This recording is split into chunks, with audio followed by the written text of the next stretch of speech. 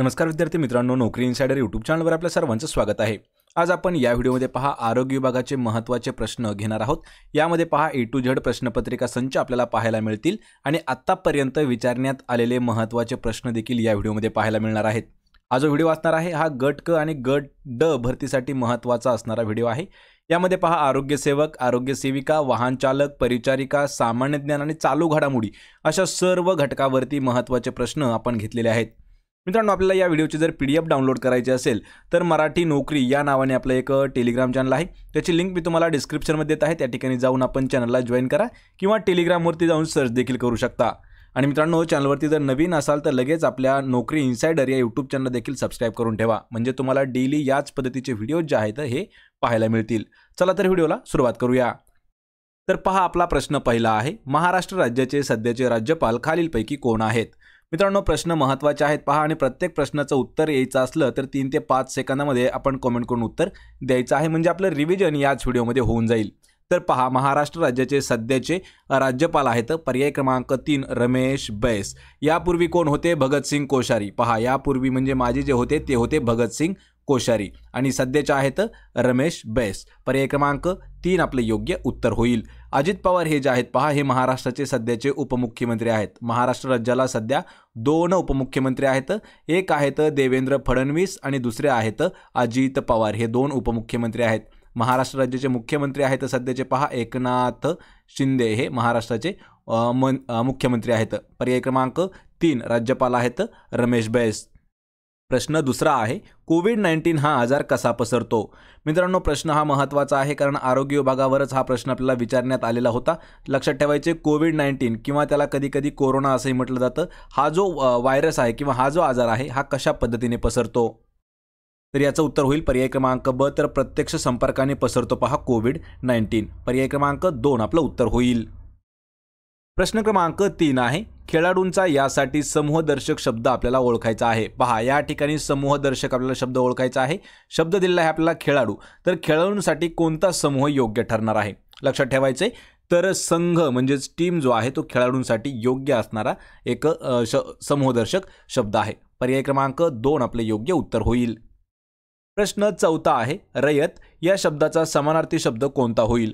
आणि मित्रांनो, हे जे सर्व प्रश्न आहेत पहा, हे 2021 आणि त्यापूर्वी आपल्याला आरोग्य विभागासाठी विचारण्यात आलेले प्रश्न आहेत। लक्षात ठेवा, सर्व प्रश्न हे इम्पॉर्टंट आहेत।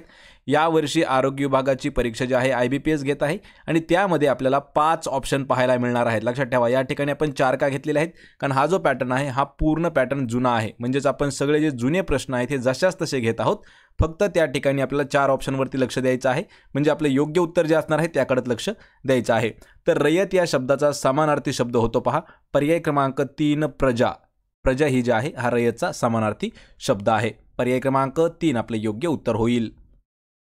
प्रश्न क्रमांक 5 आहे, सर्व योग्य दाता असे कोणता रक्तगट असलेल्या व्यक्तीला म्हटले जाते? पहा, सर्व योग्य दाता असं कोणत्या रक्तगटाच्या व्यक्तीला म्हटलं जातं?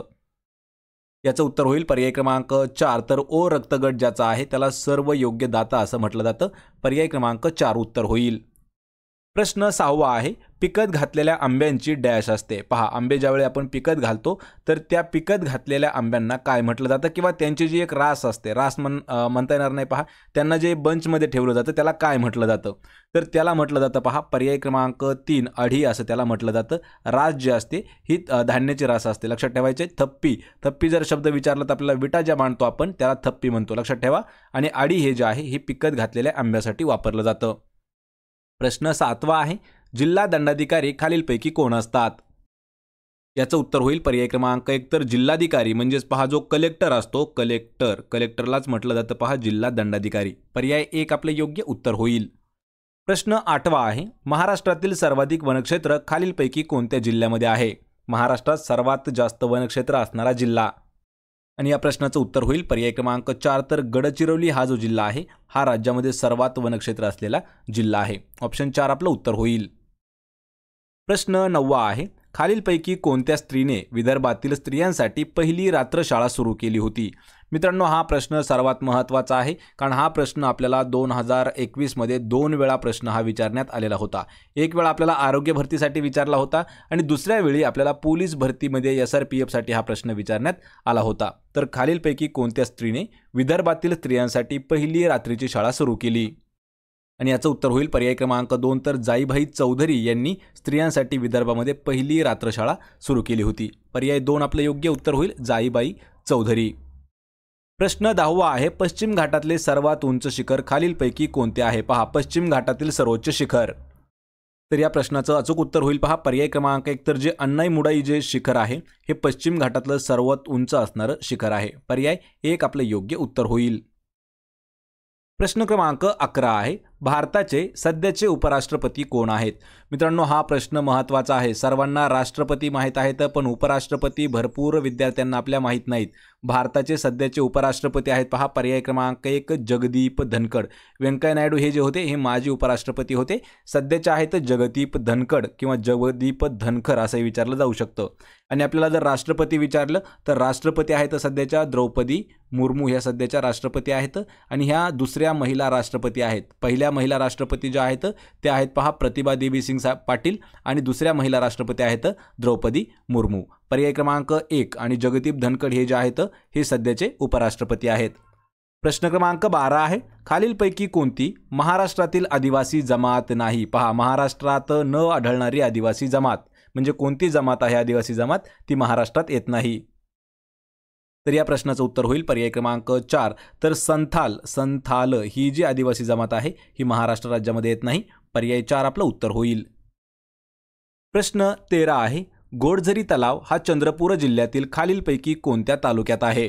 मित्रांनो, हा प्रश्न महत्त्वाचा आहे पहा, कारण आपण यामध्ये चंद्रपूर जिल्ह्याविषयी काही स्पेशल प्रश्न देखील घेतलेले आहेत. आपण असे प्रत्येक जिल्ह्यावरती विशेष माहिती घेतलेली आहे. त्या सर्व जिल्ह्यांच्या म्हणजे 36चे 36 जिल्हे जर आपल्याला पाहायचे असतील तर आपल्या वेबसाईटला व्हिजिट करा. त्याची लिंक मी तुम्हाला डिस्क्रिप्शनमध्ये दिलेली आहे. आणि गोडझरी तलाव जो आहे तो चंद्रपूर या जिल्ह्यामध्ये आहे. आणि जर तालुका विचारला तर पर्याय क्रमांक क, नागपीर हा नावाचा तालुका आहे गोडझरी तलावासाठी. पर्याय क्रमांक क आपलं उत्तर होईल. प्रश्न क्रमांक 14 आहे, सोमनाथ प्रकल्प खालीलपैकी कोणत्या तालुक्यात आहे? मित्रांनो, सोमनाथ प्रकल्पावरती आपल्याला 2 वेळा प्रश्न विचारण्यात आलेला आहे पहा. सोमनाथ प्रकल्प जो आहे तो चंद्रपूर या जिल्ह्यामध्ये आहे. आणि तालुका जर विचारला तर आपल्याला पर्याय क्रमांक 1 तर मूल हा तालुका आहे. पर्याय अ आपलं योग्य उत्तर होईल. प्रश्न 15 आहे, माणिकगड किंवा माणिकवाडा हा किल्ला चंद्रपूर जिल्ह्यातील कोणत्या तालुक्यामध्ये स्थित आहे? या ठिकाणी जे 4 प्रश्न घेतलेले आहेत आपण बॅक टू बॅक, हे प्रॉपर आपण पहा चंद्रपूर जिल्ह्यावरती आधारित घेतलेले आहेत, कारण याच ठिकाणची आपण प्रश्नपत्रिकाही पाहत आहेत. लक्षात ठेवा, माणिकगड किंवा माणिकवाडा हा किल्ला चंद्रपूर जिल्ह्यातील कोणत्या तालुक्यामध्ये आहे? तर याचं उत्तर होईल पर्याय क्रमांक 4 राजुरा या नावाचा तालुका आहे जो की चंद्रपूर जिल्ह्यात आहे आणि त्या ठिकाणी आहे माणिकगड. पर्याय 4 आपलं योग्य उत्तर होईल. प्रश्न 16 आहे, द्विभाषिक महाराष्ट्र राज्य कधी अस्तित्वात आले? या ठिकाणी आपल्याला डायरेक्ट वर्ष विचारलं आहे. जरी आपल्याला तारीख विचारली तरीही सांगता यायला पाहिजे. पहा, द्विभाषिक महाराष्ट्र राज्य म्हणजे महाराष्ट्राची स्थापना एक प्रकारे आपण सांगू शकतो 1 मे 1960 म्हणजेच पर्याय क्रमांक 2 आपलं उत्तर होईल. 1960 हे जे वर्ष आहे या वर्षी द्विभाषिक महाराष्ट्र राज्य जे आहे हे स्थापन किंवा अस्तित्वात आलेलं आहे. पर्याय 2 आपलं योग्य उत्तर होईल. आणि महाराष्ट्र दिन कधी असतो पहा, 1 मे या दिवशी महाराष्ट्र दिन साजरा केला जातो आणि त्याच दिवशी पहा कामगार दिन म्हणून देखील साजरा केला जातो. कामगार दिन देखील 1 मे दिवशी साजरा केला जातो. पर्याय 2 आपलं या प्रश्नाचं योग्य उत्तर होईल. प्रश्न क्रमांक 17 आहे, आम्ले व आम्लारी यांच्यातील रासायनिक अभिक्रिया जी होत असते त्या अभिक्रियेला काय म्हटलं जातं? पहा, आम्ल आणि आम्लारी यांच्यातील रासायनिक अभिक्रियेला काय म्हणतात? याचं उत्तर होईल पहा पर्याय क्रमांक 2 तर उदासीनीकरण असं त्याला म्हटलं जातं. लक्षात ठेवायचे. आणि हे जे आहे हे आपल्याला 6वीच्या टेक्स्टबुकमध्ये सुद्धा देण्यात आलेलं आहे. आम्ल आणि आम्लारी यांच्यात एक रासायनिक अभिक्रिया होते त्याला उदासीनीकरण असं म्हटलं जातं. प्रश्न क्रमांक 18 आहे, मानवी शरीरातील रक्त हे कशामार्फत शरीरभर फिरत असते? पहा, आपल्या बॉडीमध्ये जेवढं काही ब्लड आहे तर ते कशामार्फत आपल्या शरीरामध्ये पूर्णपणे फिरत राहतं?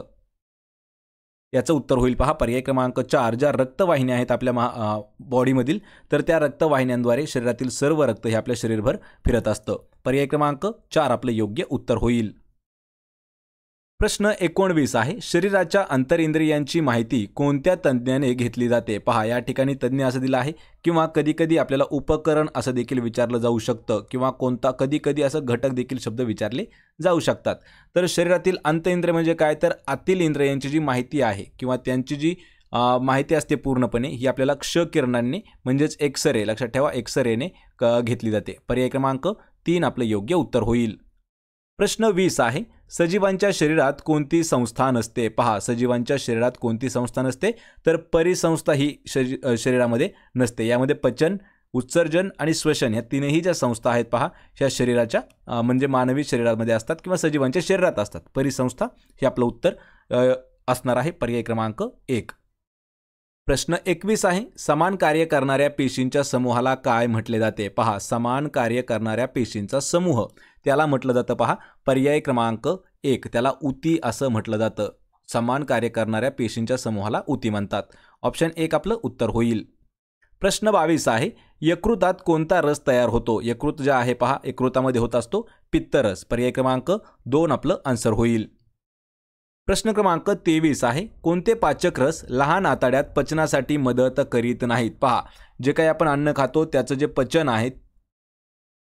पचन आहे ते पचन होत असतं पहा लहान आतड्यामध्ये, आणि त्या लहान आतड्यामध्ये वेगवेगळे पाचक रस जे असतात ते मिसळतात आणि त्यानंतर पचन होत असतं.